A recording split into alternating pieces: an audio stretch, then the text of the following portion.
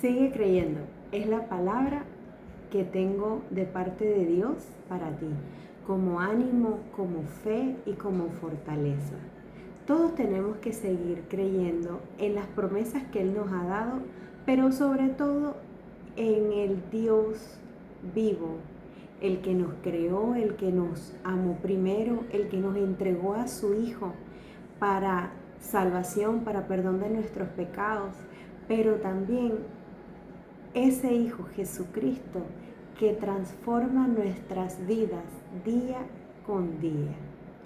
Y el mensaje de hoy es sobre todo en el que sigamos creyendo, porque la palabra nos enseña de que nosotros debemos amar al prójimo como a nosotros mismos.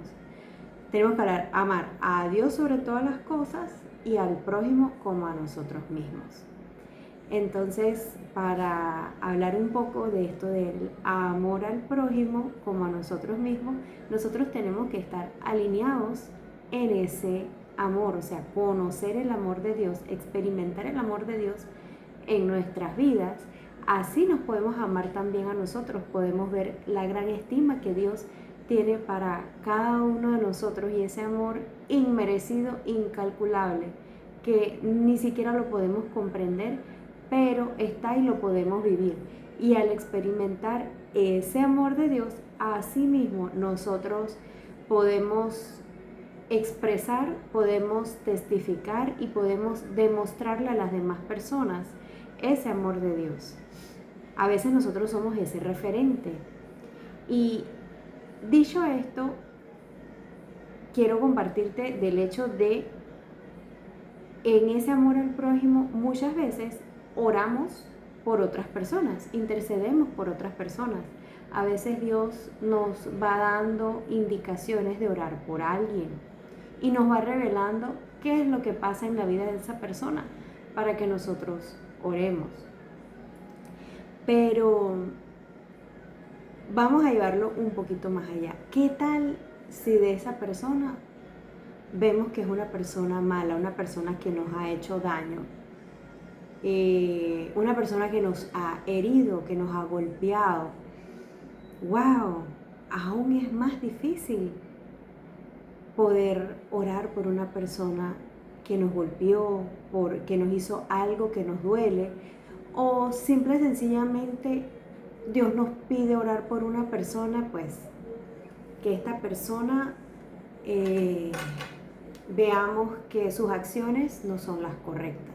Entonces, ahí es donde nosotros también manifestamos o demostramos ese amor, primeramente a Dios, porque le estamos obedeciendo al orar por esa persona. Y vamos a subirle un poquito el nivel, sobre todo al hecho de, como cristianos, y tener ese corazón conforme a Cristo, hasta poder orar sin rencor, sin dolor por esa persona, sin estar en ese resentimiento por lo que esa persona me hizo, sino el poder hacerlo desde un corazón sano. Porque muchas veces en ese proceso de orar por esa persona, Dios ora en nuestro corazón, en lo que nosotros podamos perdonar y sobre todo sanar, porque nosotros podemos perdonar primero y paso con paso va llegando esa sanidad a nuestro corazón, que es la que Dios nos va dando en ese proceso. Y ahí es donde está la belleza de experimentar el amor de Dios en nosotros, porque lo podemos experimentar, el ver cómo vamos perdonando y cómo ese amor de Él nos va sanando a nosotros. Eso lo podemos experimentar exactamente en nuestro corazón. Y para esto quiero presentarte la historia de una persona que aparece en la Biblia, en el libro de los Hechos, que al sol de hoy nos sigue impactando su transformación, sigue impactando ese nivel de revelación que tuvo de Dios y sobre todo ese nivel de amor y de comunión que tuvo con Dios. Y te voy a hablar de Saulo de Tarso. y de Pablo, porque Dios le cambió el nombre a Saulo. Y para esto vamos a Hechos 8, del versículo 1 al 3, que dice: y Saulo consentía en su mente, en aquel día hubo una gran persecución contra la iglesia que estaba en Jerusalén, y todos fueron esparcidos por las tierras de Judea y Samaria, salvo los apóstoles. Hombres poderosos llevaron a enterrar a Esteban e hicieron gran llanto sobre él. Y Saulo perseguía a la iglesia y entrando en casa por casa arrastraba a hombres y a mujeres y los entregaba en la cárcel. En este escenario acababa de morir el primer mártir, que era Esteban. Y Esteban murió injustamente, lo acusaron injustamente, pero era porque él estaba testificando la resurrección y la existencia de Jesucristo, de lo que hizo Jesucristo antes de morir y de que resucitó. En ese tiempo, los fariseos y los religiosos pues no querían escuchar sobre esa verdad, porque para ellos en ese momento esa era una verdad que revolucionaba la estructura que ellos tenían en ese momento. Entonces decidieron matarlo lapidado a Esteban. Pero aquí nos habla de que Saulo consintió esa muerte. Saulo presenció cuando a Esteban lo estaban apedreando. Pero en ese momento, mientras lo apedrearon, pasaron dos cosas poderosas. La primera es que él pudo ver el trono de la gracia. Él pudo ver la gloria de Dios en ese momento, cómo el cielo se le abrió. Y él ya sabía que él iba hacia allá. Ya él sabía que iba hacia la presencia de Dios. Por eso era que él no tenía temor. Y antes de morir, sus últimas palabras fueron: Señor, no tomes en cuenta su pecado, de todas las personas que lo apedreaban.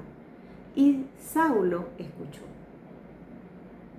Y podemos ver que eso fue algo que quedó grabado en la mente. Esa oración fue algo que quedó grabado en la mente de Saulo.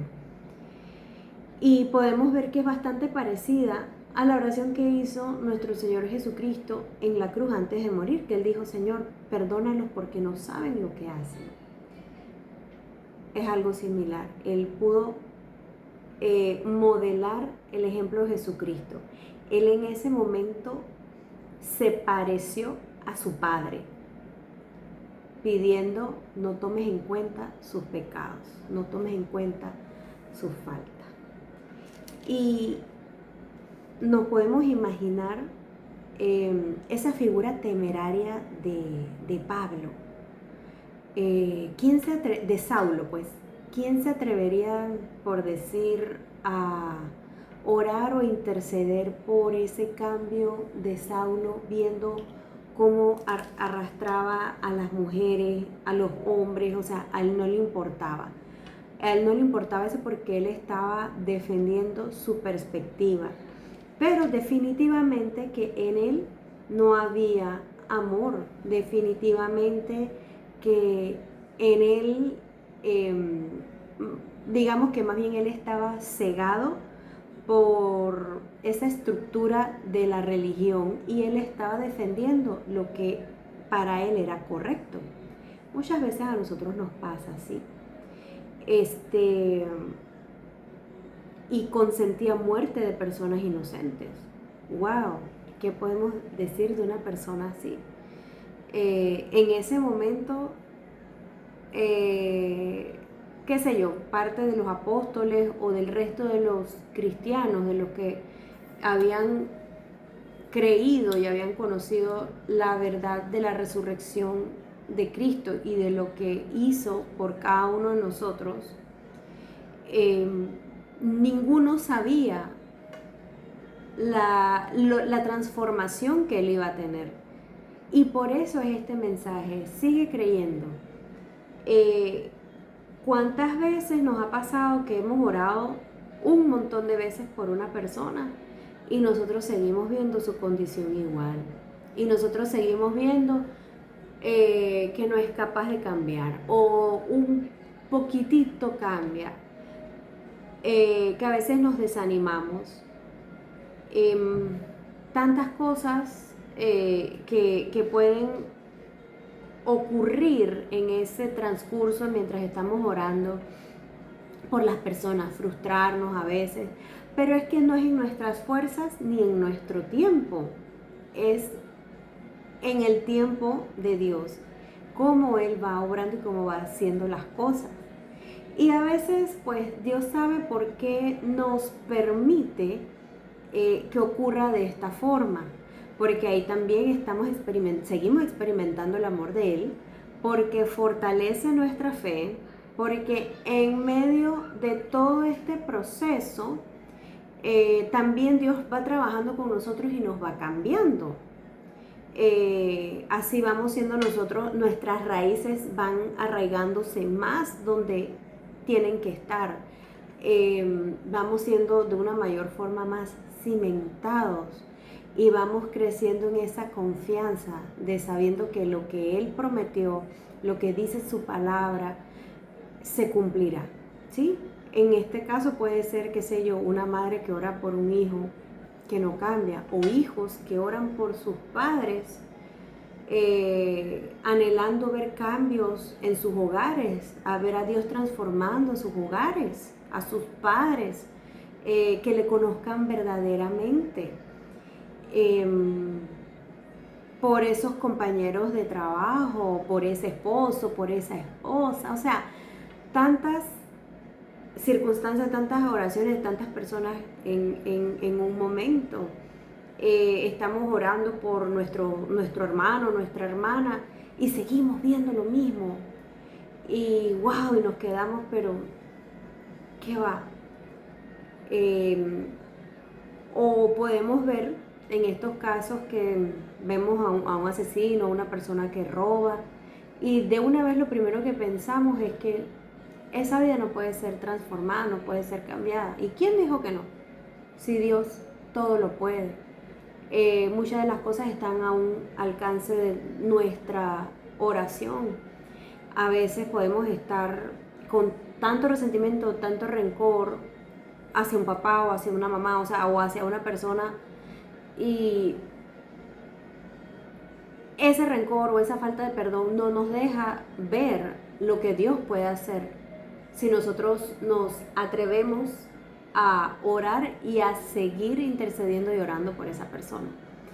Entonces, aquí vamos en Hechos 9, del 1 al 2, a ver qué fue lo que le pasó a Saulo de Tarso. ¿Cómo ocurrió ese cambio? Y te invito hasta que también esa sea alguna oración que tú puedas hacer, de que en esta persona haz como hiciste con Saulo, que tenga ese encuentro, intercéptalo. Y dice, el camino de Damasco tiene que ver con la conversión de Saulo. Saulo, respirando aún amenazas y muerte contra los discípulos del Señor, vino al sumo sacerdote y le pidió cartas para las sinagogas de Damasco, a fin de que si hallase algunos hombres o mujeres en este camino, los trajese presos a Jerusalén. Mas yendo por el camino, aconteció que al llegar cerca de Damasco, repentinamente le rodeó un resplandor de luz del cielo. Imagínense cómo él estaba tan cegado, tan convencido, y acá la palabra dice, aún respirando amenazas y muerte, que el mismo Jesús, al que él perseguía, lo interceptó. Él tuvo esa experiencia sobrenatural. Y él cae, y esta voz que estaba en el cielo, que hacía este resplandor, le decía, Saulo, Saulo, ¿por qué me persigues? A él no le quedó de otra más que reconocer esa grandeza y esa sobrenaturalidad y dijo, ¿quién eres tú?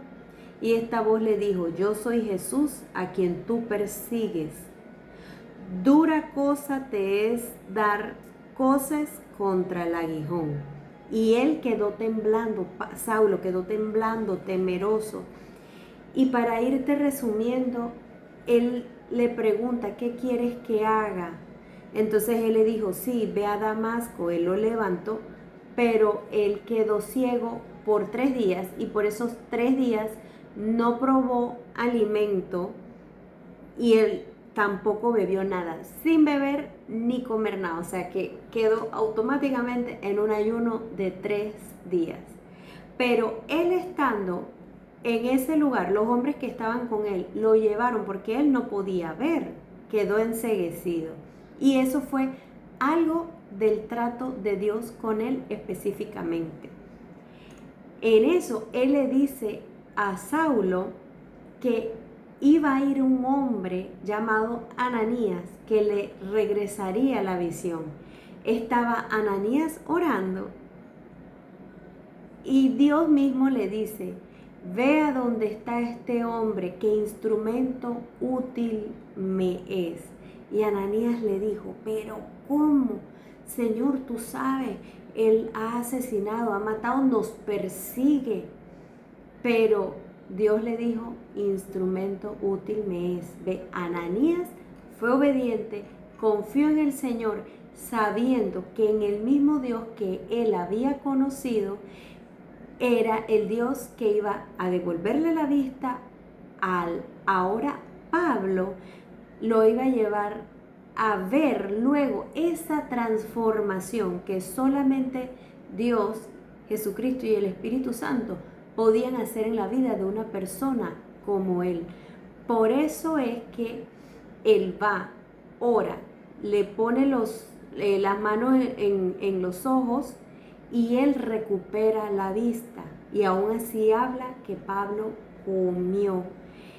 Y él tuvo que pagar también un precio, Pablo, de que cuando él empezó a predicar o a testificar de esa transformación que Dios hizo en él, la gente no le creía, la gente todavía le temía, pero fue su testimonio.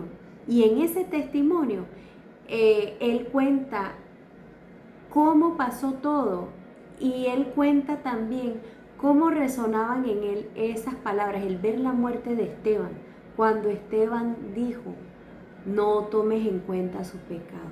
Ahí hubo esa oración que impactó su vida. Y eso es lo que yo quiero invitarte, en el que sigas creyendo, animarte, en el que sigas creyendo. Porque así como sigas creyendo y como sigas orando y teniendo esa confianza en Dios, va a llegar el momento en que vas a ver a esa persona transformada como un Pablo, viviendo en el propósito que Dios tiene para esa persona. Y bueno, este es el mensaje.